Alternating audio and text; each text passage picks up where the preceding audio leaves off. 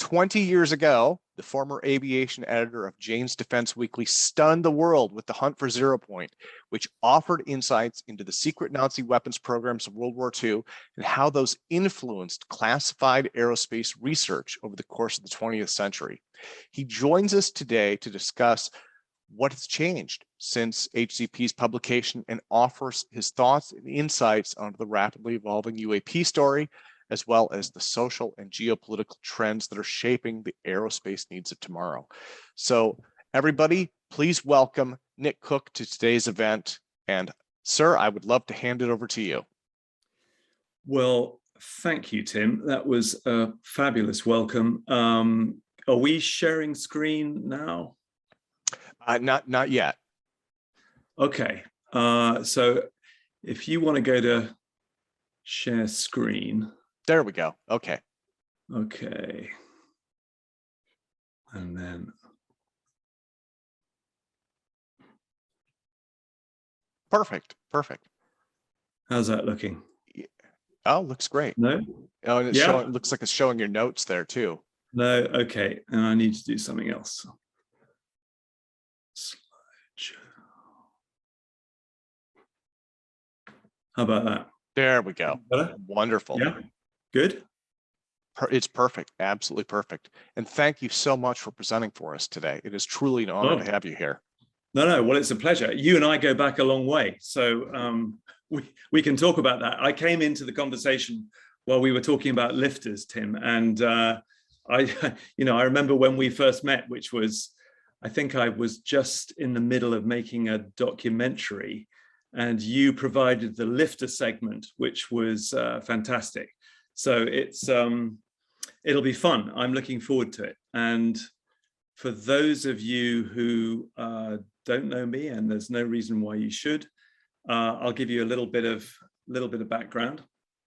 So I was the aerospace editor of Jane's Defense Weekly from 1987 to 2005. I'm a little vague sometimes on when I left Jane's because they sort of employed me as a consultant towards the end, and I sort of drifted on for a bit, but basically it was till about 2005.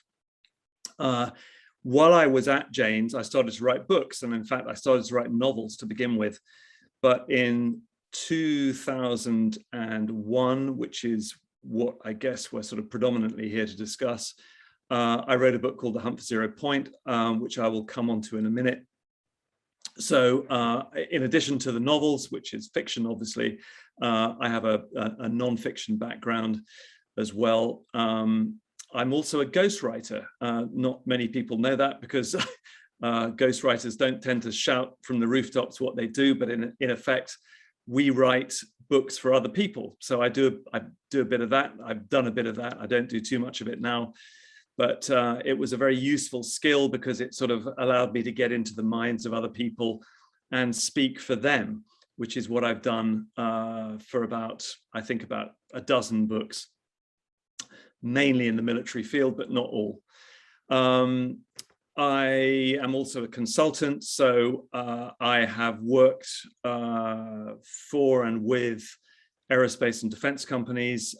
We can talk a little bit, perhaps at the end, about something that I was involved in from about 2007 onwards, which was an outfit which was looking to work with aerospace and defense companies to use their skills base and technology base to work on global challenges. I've recently resurrected that under the NCW banner, which is my sort of company and website. And we can talk a little bit about that too. Finally, getting back to the novel thing, I have recently rewritten or sort of re-embraced the whole novel writing thing. I've written a book called The Grid, which sort of touches on some of the things that we'll be talking about today technologically. But that, I hope, gives you a bit of a flavor about what my background is. As I said, we're here to talk primarily about The Hunt for Zero Point. I have to pinch myself that it was published in the UK 20 years ago. In fact, it was It came out the day before 9/11, which is not a great time to publish a book, but it was an even worse time clearly for the world. So it was a time of great turmoil. I then had a US launch the following year. So that actually sort of took off, I think, probably even more than the UK one did. But The Hunt has been a great journey for me. I'm going to get into it in some detail in a minute, but it sort of, again, for those who don't know it or haven't read it, it really allowed me to explore what I took to be, or postulated to be, the biggest secret that I could conceive of while I was working as aerospace editor of Jane's Defense Weekly, that was out there in the world of aerospace and defense. And it's really hard now to sort of put ourselves back in that mindset. But well, actually, I started the research 30 years ago. So I started it in 1990.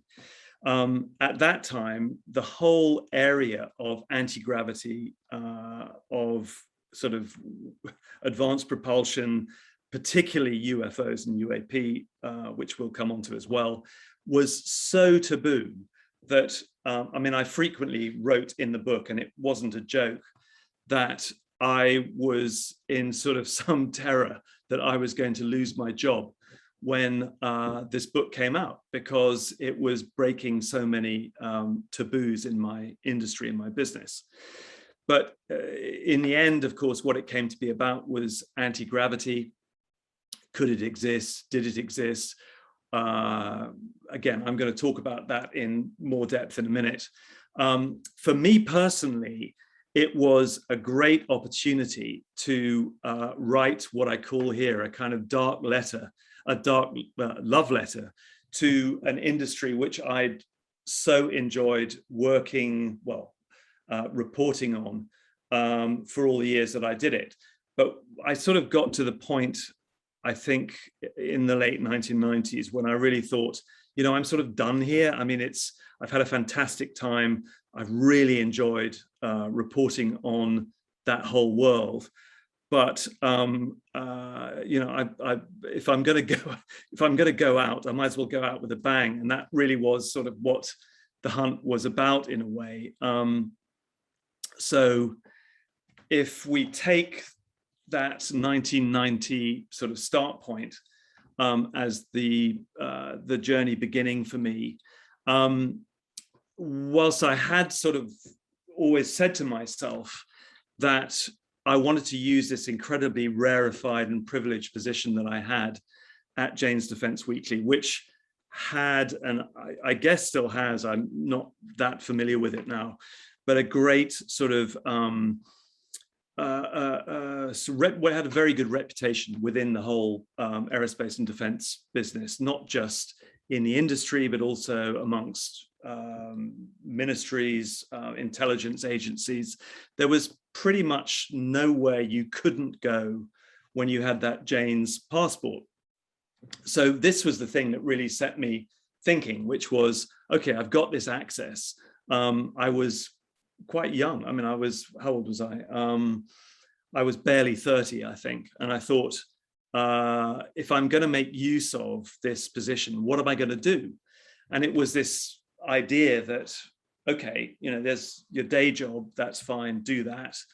But behind your day job, can you explore amongst the people that you're seeing the notion that there may be this incredibly deep, dark secret that has been suppressed? And you know, that led me to thinking, what could that deep, dark secret be? And inevitably, I thought that it would probably be in the area of a propulsion and or an energy breakthrough. So with that in mind, sort of in the most extraordinary sort of happenstance way that occurs when I think you sort of wander along this signal line, one day I got an article plonked on my desk, and back in Jane's in those days, we had a central mail opening service. So, you know, if there was no such thing as privacy, all your mail would be open centrally, and it would be distributed to the people it was meant to be going to. So I found this article on my desk. And when I say this article, the picture that you see here was from a 1950s magazine. I didn't even know what publication it was from, because the photocopy that had been made of it had cut off the name of the publication. I later found out that it was actually in a sort of aero modeling publication, but it spoke to these aerospace companies that had very familiar names. They were, some of them listed here, the Glenn L. Martin Aircraft Company, Bell, Lear, there were others, Lockheed, Convair, really well-known companies that were all exploring the anti-gravity scene. And this, to me, was just insane. I mean, you know, I was steeped and had been steeped for many years in this very traditional aerospace reporting scene. And here were all of these companies talking very seriously in the mid-1950s about how they were very close to an anti-gravity breakthrough. And one of them, one of the executives who were quoted, which really lifted it out of the sort of the usual domain of, you know, sources said this, or non-named individuals talking about all of this stuff. But here was this guy called George S. Trimble, who worked for the Glenn Martin Company. He was a very senior individual in their research and development organization. And he said, "We are already working on canceling gravity. It could be done in the time it took to build the first atomic bomb." And when I read this, I thought, well, okay, well, here's, you know, there are named companies, there are named individuals. And as much as I didn't want to be dragged into this whole scene, I thought, well, look, you know, if there's something here, a few phone calls are going to establish whether there's anything in it. And I made a couple of phone calls to people I knew in the business. And one of them eventually, this is people I knew in the PR side of the companies I was talking to, one of them tracked down George Trimble. It was actually through Lockheed Martin, because Martin Aircraft Company had obviously become part of what is now Lockheed Martin. And this contact, PR contact of mine, said, "I've tracked down George Trimble. He doesn't want to be interviewed by you. In fact, he doesn't want to be contacted by you at all. And I'm suggesting to you, Nick," this is what the PR executive said, "that you drop this story, because I don't know what it's about, but it's obviously, it's obviously, you're obviously up to no good, and it's going to get you into trouble. So I just recommend you drop it." Well, of course, you know, that is red rag to a bull. From that moment on, I hadn't really been into this story until then, but I certainly was now. And off I went. So, you know, regrettably, what I found was, when I looked into this sort of mid-1950s scene, was that for all of these programs that were being discussed in America in the mid-1950s, which just petered away to nothing by the end of the 1950s. So by the early 1960s, it was like none of this had ever happened. I'd had some experience in Jane's of covering black programs at that time. Bear in mind that this was in the sort of late 80s, early 1990s. We'd had the big Reagan era ramp up of defense spending, particularly in the classified realm. We had aircraft like the F-117 that had been developed in the black. A colleague of mine, Bill Sweetman, who I'm sure many of you will know the name of, if not know personally. Bill was working at Jane's at the time, and we paired up on a lot of stories, and we covered the whole black world scene, which was very exciting at the time, because there was plenty going on. There was not only was the 117 sort of beginning to emerge out of the black from the skunk works, but there was the B2, which was sort of semi-black. It was more gray than anything else. And then towards the end of the 80s, we got rumors of very exotic sounding, but very ethereal programs like Aurora, hypersonic, a putative hypersonic platform that was meant to replace the SR-71 Blackbird. All of these reports we looked at very carefully at Janes, and Bill Sweetman and I particularly spent a long time looking into them. But they ultimately kind of led, beyond the ones that became public, which were predominantly the 117 and the B2. The others were very, they just, all of those stories kind of went everywhere and nowhere. But there was enough for me to know that this anti-gravity story had a kind of a tail, it began somewhere. And so annoyingly for me, because I really did not want to trace it back into World War II, but that was where many of these stories about anti-gravitational type technologies seem to originate. There were reports, as many of you will know, at the end of the Second World War in 1944 and 45, about Foo Fighters buzzing Allied aircraft over Germany. I looked into that. I found a very interesting paper in the US Air Force's files called Project Lusty, which stood for, as you can see here, Luftwaffe Secret Technology. It was an interesting file to me because it hadn't been scrutinized much, if at all, at this point. And I'm going now probably to the mid-90s, I guess, when I took a look at it, maybe the late 90s.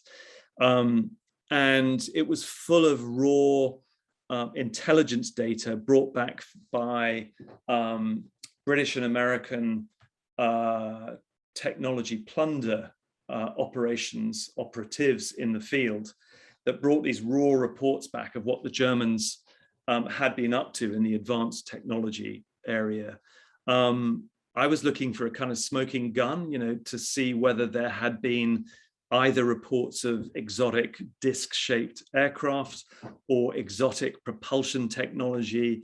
There was lots of very circumstantial evidence. There was talk of directed energy weapons, of which I was completely unaware. I was unaware that the Germans had been involved in directed energy at the time that I was looking into this stuff. There were plenty of reports of systems that would have gone into an integrated sort of disc-shaped aircraft, but there was nothing that remotely resembled a flying saucer itself. So somewhat disappointed, but not altogether surprised, I moved on to what I considered to be much more my bread and butter, which was up-to-date stuff. So if we sort of fast forward to the mid-1990s again, to the sort of 1996 field, I was first sort of apprised of what was going on in this whole area of gravity shielding by an article that came out in Britain's Sunday Telegraph, which you can see on the left. It was called "Breakthrough as Scientists Beat Gravity," and it was a sort of very pop story about Yevgeny Podkletnov. I went on to meet Podkletnov later, and if I forget to mention that, perhaps we can come back to that in questions. But there was an amazing guy at BAE Systems. I know some of those in the audience out there tonight will know of the very redoubtable Ron Evans, who worked at BAE Systems and who was in charge of a small department, but he was in charge of a BAE-led enterprise called Project Greenglow. Ron invited Yevgeny Podkletnov to BAE Systems Wharton plant in, I think it was about 1999 or 2000. But I'm getting ahead of myself. That was in the future. Back in 96, this Telegraph story told of Podkletnov's apparent achievement, which was to have caused weight reduction in objects above rotating superconductors on the order of sort of 2 to 3%. And I know, again, this is a subject very close to Tim's heart, because Tim and I had pored over Podkletnov's achievements or not over endless conversations, back at that time. But it was frustrating, because although other scientists, particularly at NASA and the University of Alabama, Huntsville, around that time were seeking to replicate what Podkletnov had been doing, as far as I'm aware, and I have been out of touch for a while, and I'm sure some of you at the end will be able to correct me, but no replication was successful, in part or in main, because those rotating superconductive disks could not be built to the integrity that was required. And Podkletnov always said that he had the kind of magic formula, which only he knew, and that was why no one else was successful in doing all of this stuff. In amongst all of the people who were trying to replicate his activities, I met the mythical, almost, Ning Li at a quite a sort of seminal event in all of this, which was it was a conference on gravity and anti-gravity at the MITRE Corporation in just outside Washington, DC, and I think it was in 2003. And Ning Li was there. Actually, she was sort of presiding over it as the sort of the mistress, master of ceremonies. And I had an opportunity to sit down and talk with her afterwards. And of course, it wasn't that long after that event that she disappeared off the face of the globe, having received some, a not insubstantial amount of money from US Army Missile Command to develop her ideas. As I'm sure, again, many of you, or if not most or all of you, will know that Ning Li actually passed away earlier this year in the summer. That was the first mention that I had seen of her in the sort of 15 years that she had literally disappeared off the face of the earth. So if any of you have any updates on what she'd been doing in the intervening 15 years, I'd be very interested to hear them.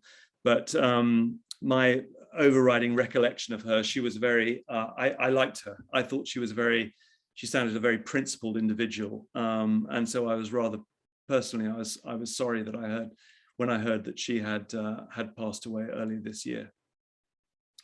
So moving on, Blackwell stuff. Okay, so in 1998, I made a documentary for the Discovery Channel and Channel 5 in the UK, which was called $1 Billion Secret. And $1 Billion Secret was sort of, again, I was quaking in my boots, because I thought, if Janes don't fire me for doing this, I don't know what I have to do to get fired. But it was really looking at the interface between deeply classified programs, and particularly what people said they were seeing over the desert southwest of the States in that sort of late 80s, early 90s timeframe, and UFO lore, LORE. To what extent did these two overlap? To what extent did they collide? It became a sort of less a kind of technological hunt, more a sort of getting into the mindset of both the people who were developing these programs, but also the people who were seeing what they saw in the sky. And it was really my sort of introduction to the world of ufology. I spent some considerable time, I mean, documentary filmmaking time, about a week in the San Luis Valley in Colorado. And there were farmers there who were, you know, I mean, you don't get much more down-to-earth people than farmers, but these people were being confronted almost daily by things they could not explain. You know, lights in the sky, their cattle were being mutilated.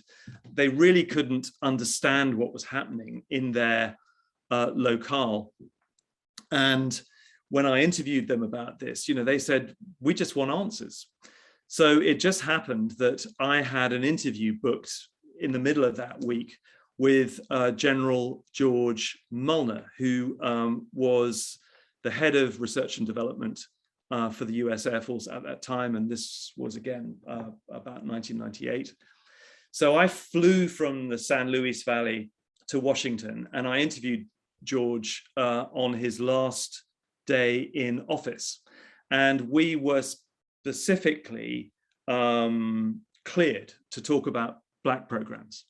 So this was really interesting for me because, you know, every attempt I'd ever made before to talk about Black world stuff had always been by talking to sources in darkened rooms, or, you know, sort of telephone calls from telephone boxes, and it was all very cloak and dagger.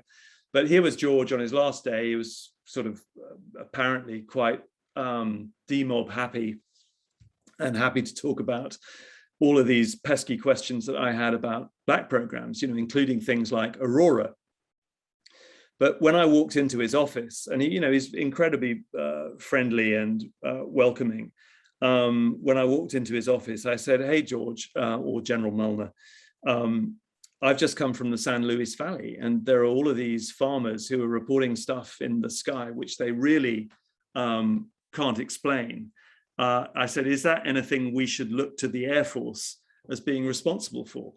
And George said, as it says at the bottom of this slide here, he said, "Get me the name of the contractor, because whatever's out there has nothing to do with the US Air Force."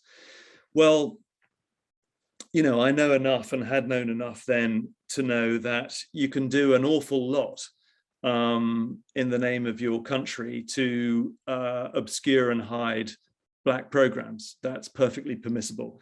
So I didn't take George's denials at face value, but we did have a very interesting conversation about, you know, what was and what wasn't out there.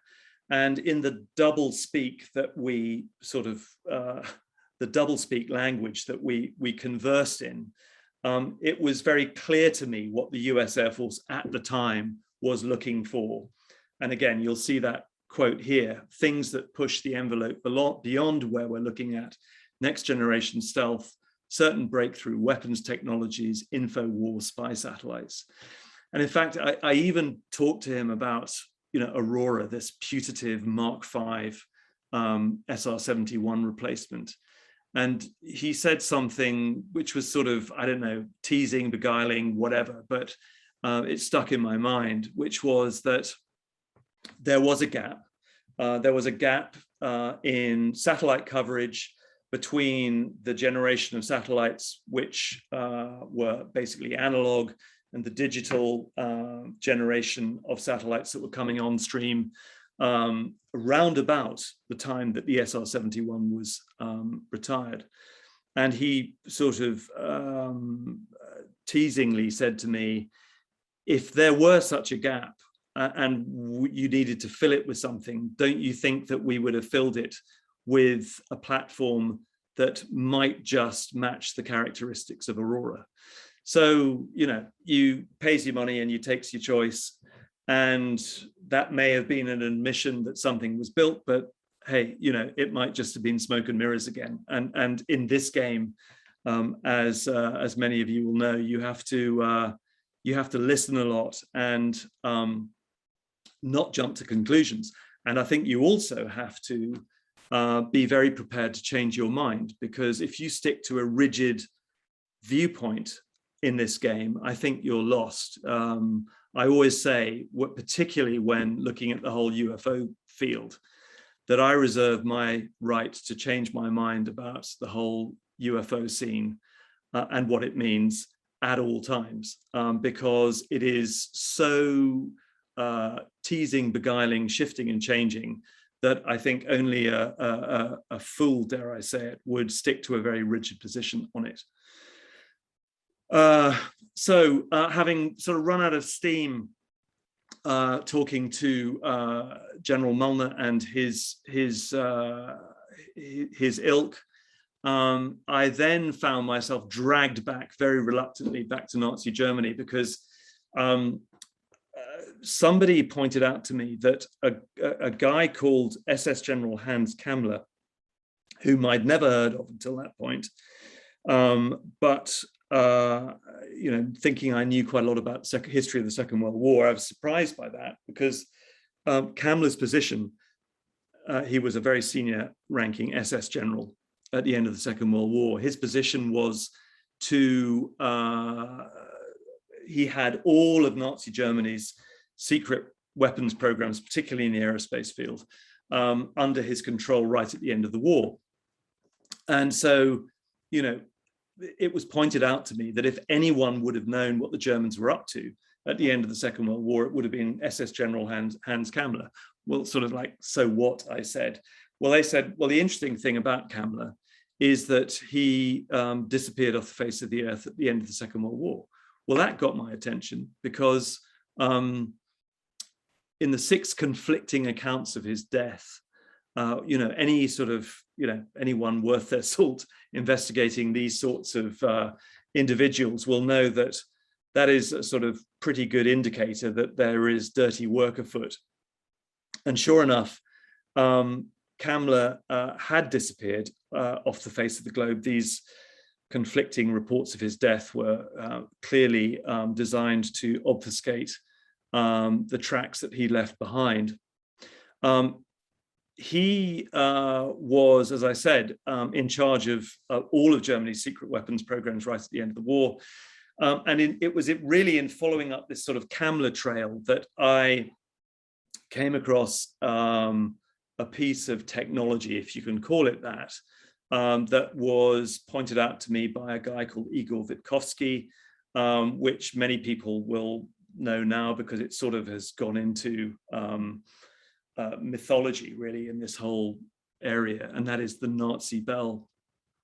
I think, I mean, Igor Witkowski, who is a Polish journalist, he'd spent a long time investigating top secret German secret weapons programs at the end of the Second World War. Igor led me to this program.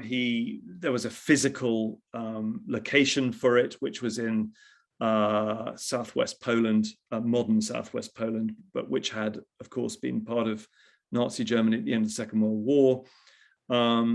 And I flew out to see him in, I think it was in the year 2000. It was just before, literally just before I had to deliver the book. But I managed to persuade my publishers to sort of delay publication by a few months, because I thought this lead sounded interesting. I'd been quite wrapped up in the whole Kammler story, and it seemed to be a sort of thread that came off the Kammler story, because whatever this Bell program was that Igor was talking about was very much under Kammler's purview. So I go out to this place, the Wenceslas mine, in, it was a very sort of atmospheric evening. I think it was this time of year, so it was sort of November-ish, and it was dark and it was cold, and we'd spent the entire day driving down from Warsaw to get to this place, very tired at the end of the day. And then I come out sort of in the car's headlights as we drive into this complex, which is known as the Wenceslas mine. There is this sort of henge edifice, which you'll see at the bottom of the screen here, which has sort of become famous, but actually, you know, rather more prosaically, yeah, I said to Igor at the time, are you sure this isn't the base of a cooling tower? Because it could just as easily be the base of a cooling tower as it could be the test rig, as you're saying, Igor, it is for an anti-gravity type disc-shaped vehicle. Anyway, I covered the story. I wrote it up in a chapter in the book, and I leave floating the idea that this edifice, this whole place, actually seemed much more in tune with the idea that the Germans were developing some kind of nuclear weapons capability in this particular area. And in fact, actually, that is the great untold story of all of this, and particularly Kammler's rather unpleasant legacy, is that he was in charge of the SS's nuclear weapons program, which was quite separate from the, if you can call it, white world German atomic bomb program under Heisenberg. Bottom left there, you'll see the Haigerloch nuclear reactor, which was discovered by American forces. You can see in that picture right at the end of the war. The SS had been developing an entirely separate strand of nuclear weapons technology, which in that book you see in the middle, The Hidden Nazi, actually talks about what happened to Kammler. I started working with the authors of that book shortly after the Hunt for Zero Point had been published. So probably in about 2004 or 5, I got in touch with, or actually Keith Chester, one of the authors, got in touch with me, and we started working the Kammler angle. We were all very convinced that Kammler had survived the war, that he'd probably done a deal with the Americans. I'd sort of hinted as much at the end of the Hunt for Zero Point. It was possible though that he might have done a deal with the Russians. But these guys did a tremendous job. I left the project because I went on to do other things. They went on to finish that book, and they absolutely smashed it, if you'll allow the expression, because they found documentary evidence that showed that Kammler had survived the war, that he had done a deal with the Americans indeed, which had kept him alive at least for a year after the end of the Second World War, and had obviously traded many secrets. Was anti-gravity one of them? No. I think we can safely say it wasn't. There is no smoking gun to any kind of German anti-gravity development effort. Now, whether there was something in the science and technology field at a very low, as we would call it nowadays, TRL level, technology readiness level, maybe, but nothing in the area of sort of ready, developed, maturely developed technology. But the Kammler story is a fascinating one. And if anyone is minded to read it, I do urge you to look at The Hidden Nazi. It's a good read. So a quick sort of word on what really came to be my kind of epilogue almost in the hunt, which was after the whole Nazi Germany thing, where did I go next? Well, someone had told me about a guy at Lockheed Martin, Fort Worth, called Boyd Bushman. Boyd, who attracted some sort of unwelcome publicity. I mean, Boyd was a lovely guy. I first met him when I was doing that documentary, $1 Billion Secret, in the late 1990s, when he was still working for Lockheed Martin Fort Worth, whose entranceway you can see there in top right.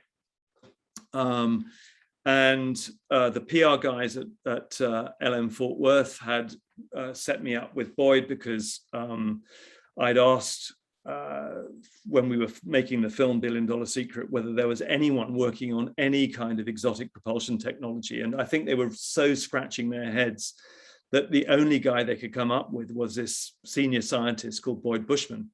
And to this day, I'm not entirely sure that they completely understood what Boyd was talking about, which is why I think they allowed him to talk to me.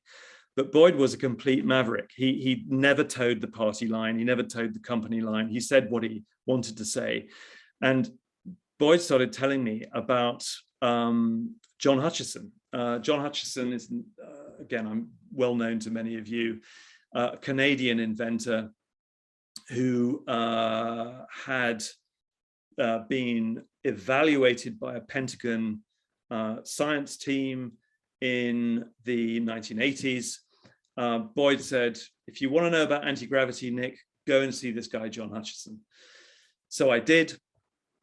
And John was interesting. He is a wild and crazy guy.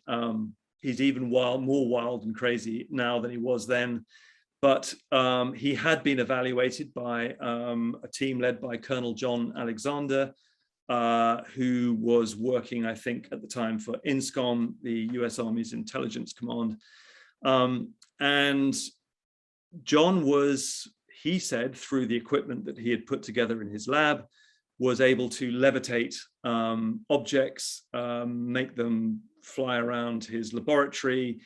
He could make them lose weight. He could disrupt them, which was his terminology for sort of bending,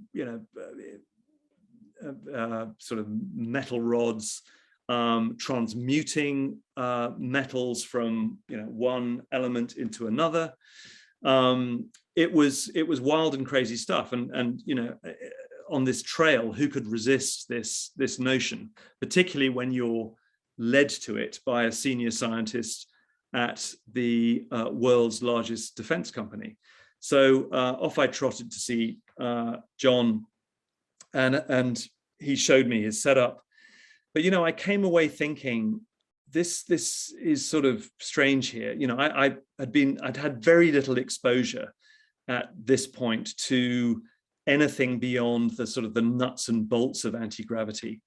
But it always struck me that John, who was such an intense individual, was somehow bound up in the experiments himself. In other words, there was something to do with John himself that was making all of these things happen, which he disputed because he wanted to be known, I'm sure he won't mind my saying this, as the great inventor.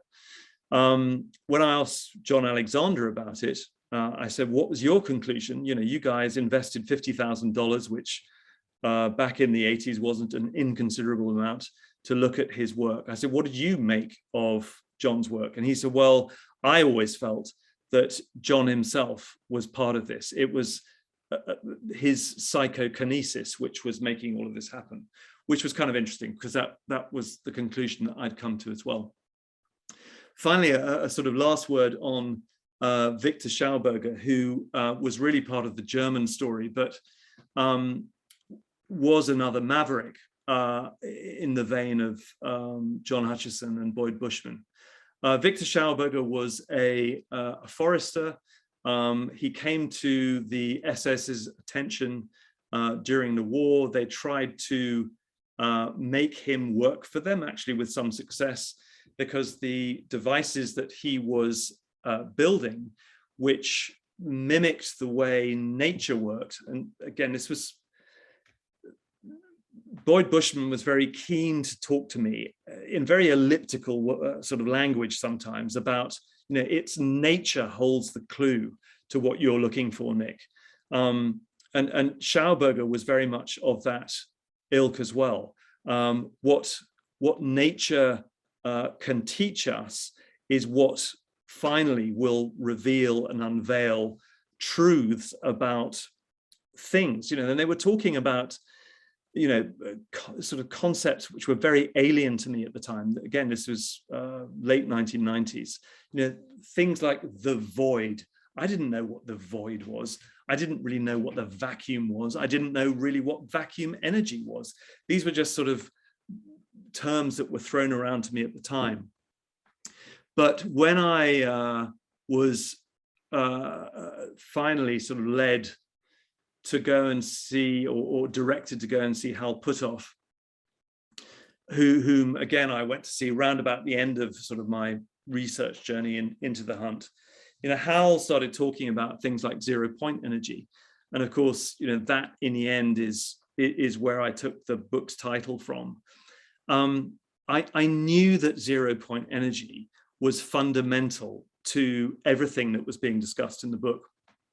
I just don't think I had a sort of very sort of firm handle at the time as to, you know, just how influential that science was on everything that I was writing about and covering, to be absolutely honest.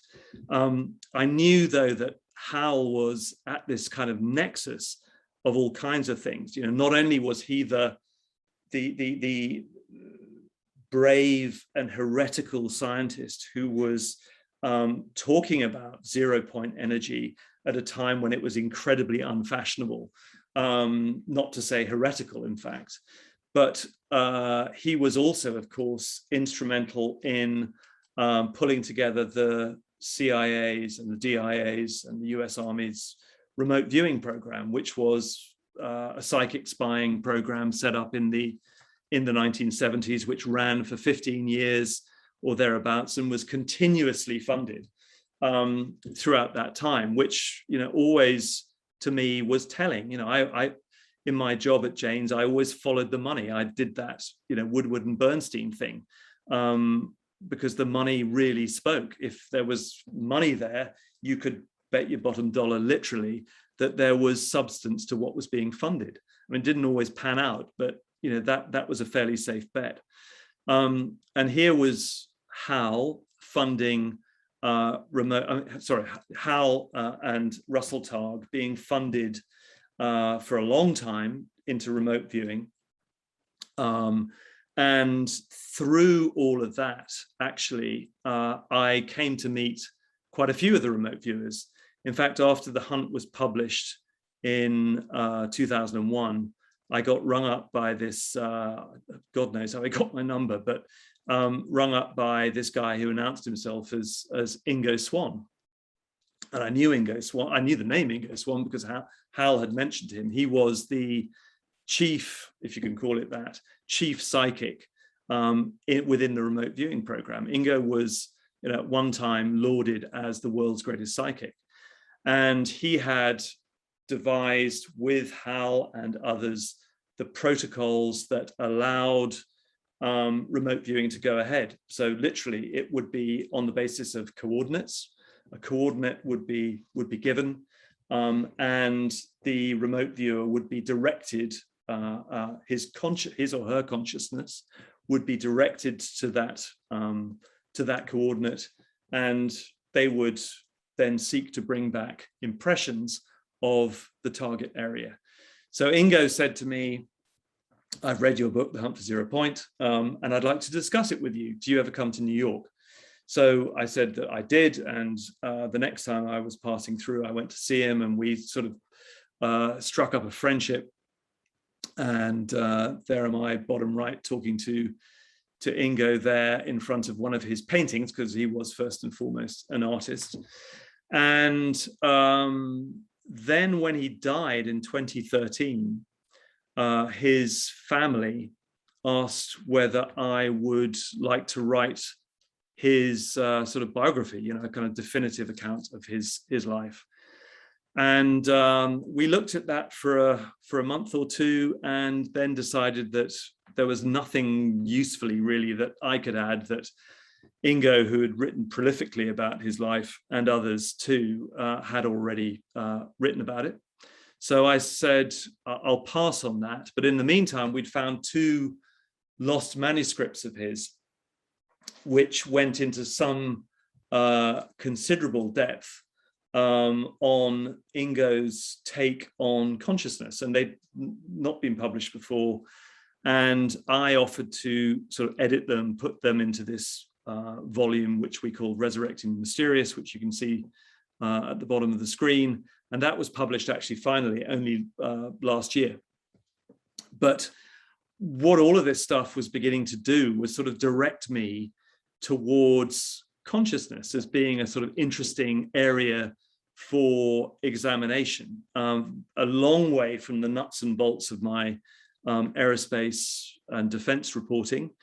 But everything seemed to be sort of shepherding me in this direction. So much so that all the research that I sort of managed to gather by 2019, I felt not confident enough to put into a non-fiction book, but I did feel confident enough. In fact, I felt compelled enough to write it in fiction form in a book called The Grid. And The Grid takes sort of the remote viewing angle, but it also seeks to ask what would happen if you could build technology out of the skill set that remote viewers essentially used. So is there some technological application of what, you know, Hal and others, Ingo and others were doing in the remote viewing area that could give you the ultimate surveillance system that basically knew everything, right down to what you were thinking? And that's what The Grid was about. And I sort of thought I would actually leave it there and move on to other things, and which I was fully intending to do until, well, this happened.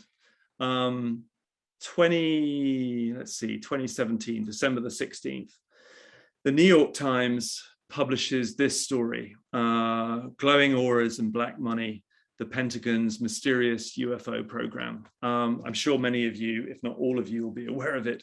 Who isn't?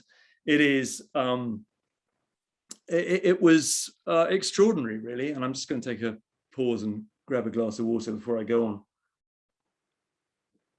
Because up until then, like I say, all of this is and was incredibly taboo. In my field, it was really taboo. I felt I could take the whole subject of anti-gravity as far as I could without being fired.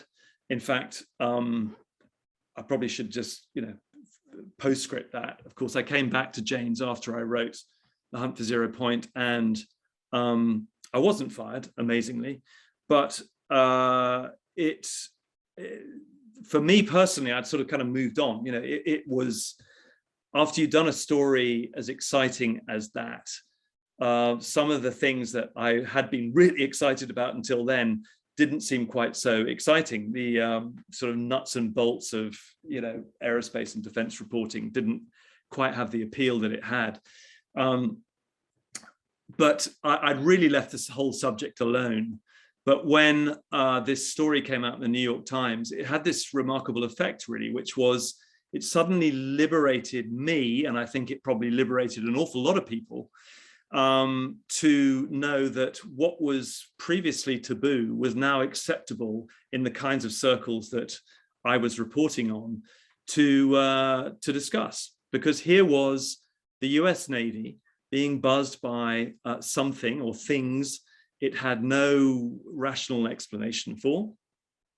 It was talking about it openly. It was saying that it was baffled. There was a real sincerity about it that I'd not detected before.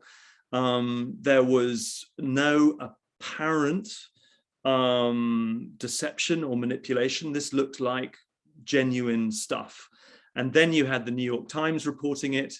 So suddenly it's kind of like open season. You know, all of this stuff that I'd not previously been able to discuss in polite company was now freely available to talk about. And I think it's had the most remarkable effect on the community. And, you know, God bless Leslie Keane and Ralph Blumenthal and, you know, the people who wrote this story, revealing the existence of ATIP, the Advanced Aerospace Threat Identification Program within the Pentagon that had looked at unidentified aerial phenomena, aka UFOs, since I think 2008, when it was first funded, because suddenly we could all talk about this stuff. You know, if the Pentagon's doing it, if the US Navy is talking about it, well, you know, we can too.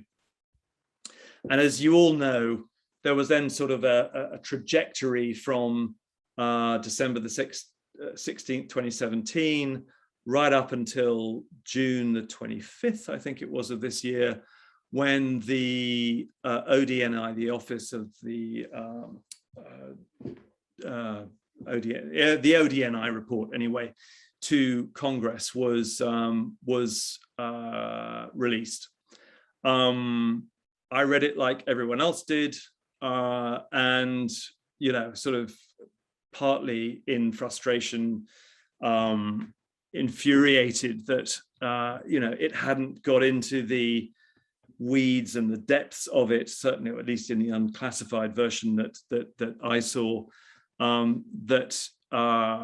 it just left so many questions really left open. But its significance to me was that it existed or had existed at all, and that it was not dismissing UFOs as a thing, as previous reports had done. And Project Blue Book was closed in 1969 because there was supposedly nothing to see. There was no threats to national security, et cetera, et cetera. All of this, to my mind, was turned on its head with this ODNI report back in June. Lots of questions. Perhaps if there's time at the end, we can talk about some of them. Things that came to my mind was, where was the US Air Force in all of this? I mean, it had such a peripheral mention, and not surprising really, because as anyone who's ever done any due diligence into the subject knows, the US Air Force has been all over the UFO story since the very beginning. But in the ODNI report, it was sort of made out that, the only data that was really worth looking at had been since 2004. And, so that anything pre-2004 was sort of just, a sort of dark hinterland that sort of wasn't worth exploring. Well, that, again, to my mind, is where a lot, if not all of the, or a great deal of the interesting stuff has taken place. So we can talk about that, I hope, a little bit if there is time, Tim, in Q&A. But it is, the cat's out of the bag, the genie's out of the bottle. There is no putting the cork back on the bottle. This thing is now out there, and it isn't all about, in fact, actually, if you listen to the DoD, it is nothing to do with what has been developed in secret by you guys. I think we can discuss that, but the key takeaway is that there is a phenomenon here which defies what most people would say is explainable by things we know and understand. It is not. This is baffling stuff, and it is the great question of our age, I think. Reality. Why have I put this slide up, and why have I put Don Hoffman up here? Well, when that report came out, as it did in June, I'd been intrigued by UFOs for a while. I'd sort of kept it pretty, I'd not too many people I told, but like many people, I was interested in it all, and it struck me that the whole reason that we hadn't made as much progress on the subject as perhaps we should have is because a lot of people had looked at it as a nuts and bolts phenomenon. This was technology and should be examined as a technological issue and a technological problem. I really questioned that. I thought, well, if it was, a strict nuts and bolts problem to do with extraterrestrials visiting us from other star systems or wherever, which it might well be, by the way, but only as a subset of a bigger whole. Why hadn't that delivered answers? I thought a much more interesting route, given that I had now become interested in the whole consciousness thing, was to look at the UFO phenomenon through the lens of the way we perceive reality. And so I went on a sort of a bit of a trawl and a bit of a hunt to see if I could find people who could help me. I'm not a physicist, I'm not a scientist, I'm just a writer, I'm a journalist, but I'm a curious individual. And I wanted a model that could help explain reality in a way that might explain what UFOs were or are. And I came to Don Hoffman because he presented reality in a very interesting allegorical way, which is basically that we should think of reality as we think of, or the relationship we have to reality with the relationship we have with a computer screen. I am gazing at my computer screen now. I'm looking at the interface, the screen itself. I'm looking at some icons on it. I don't need to understand the software. I don't need to understand the hardware, but I can click on icons and I can basically do whatever I want to do through the interface, which is sort of what Don Hoffman is saying about reality, which is that we have developed a relationship with reality wherein it gives us no more than we need for our survival. So the icons on our screen, our user interface, are all associated with survival. And we have filtered out things that are not necessary or germane to our survival because we don't need them. We don't need psychic ability in our daily lives because if we were tuned into the deeper realms, as Don Hoffman calls them, it would blow our minds. There would be so much information coming into our minds that we wouldn't be able to handle it. And I think this is or for me, this was a very useful model to understand reality and to look on it as a way of probing the UAP sphere in a way that I think it should be. So Don is even trying to unpick that screen mathematically to understand its workings, to allow us to explore some of the deeper realms technologically. But in the meantime, he's saying that there are methods that allow us to do that. I mean, one of them is remote viewing. Another one is through psychedelic drugs or meditation or near-death experiences. I mean, there are a number of ways into the interface which Don Hoffman says are sort of kind of, interim steps pending the development of technology that will allow us to get there. And, in some ways, all of this was a bit scary to me because I'd been writing it in fiction form in the grid sometime before I came across Don Hoffman. But hey, it is what it is. And this is sort of where I am at the moment. Last slide. So, for some time now, I've been looking at, models of sort of trying to understand through models of my own, how we might understand this interface. And I've got a sort of schematic here. It's don't take it literally, but if we could take a slice through consciousness, and if it gave us the sort of the depth planes of existence that you can sort of see in the right there, we would sit somewhere on that spectrum. At the very sort of high frequency end, you've got some stuff going on, which obviously is, perhaps there's an analogy to sort of light and the brightness of that light. There are then lower dimensions, and where we sit on that spectrum is anyone's guess. But somewhere and somehow in this picture, we have extruded, I think, organized matter in a universe that is very fine-tuned to us.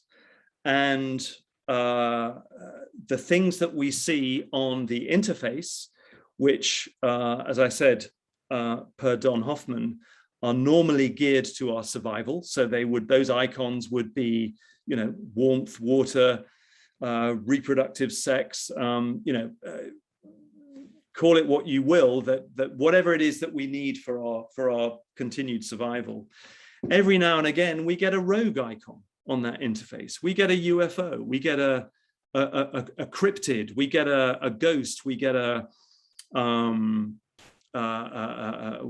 we get something we can't explain on that interface. And science, or at least mainstream science, has not wanted to look at that because it is, again, it's taboo. We're back in that, with that T word again. But I think we need to look at it. I think if science doesn't look at those rogue icons, it is missing a trick, because I think the only way, and I'm not the first person to say this, I mean, there are some very eminent ufologists and investigators of the phenomenon. I'm thinking particularly of Jacques Vallée, who I think would probably go some way towards agreeing with the fact that there is a strong consciousness element to the whole UAP, UFO story, which has it's been neglected. And I think that now is the time to look at this. And I think that now the genie is out of the bottle, since that 2017 New York Times story about UAP. We need to get science as a whole. I mean, not just the military. This isn't just a military issue. I mean, it's partly one, because these things that appear, they may be benign, they may not be. It's an intelligence problem. We need to know. But it's time that the whole of science was brought in to look at this. And if that's what I can sort of leave us all with, and as I wind down here, it is that thought that this is a whole of science problem.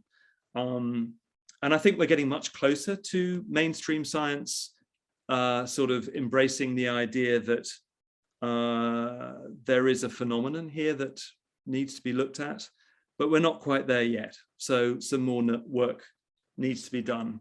I realize I'm probably way over time, Tim, and I'm sorry, but that for the moment is the end of my little ditty.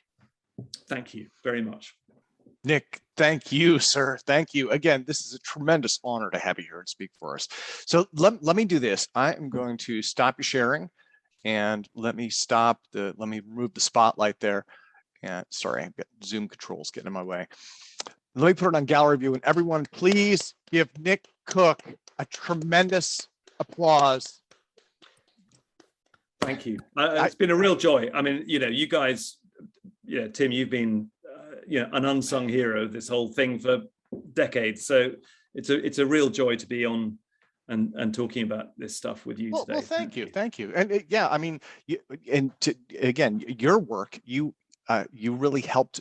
You've defined so many terms, right? I think so much of this culture comes out of what you've done, and you've uncovered things, you've broken stories. I mean, there's so many little bits and pieces that all come directly from you, right?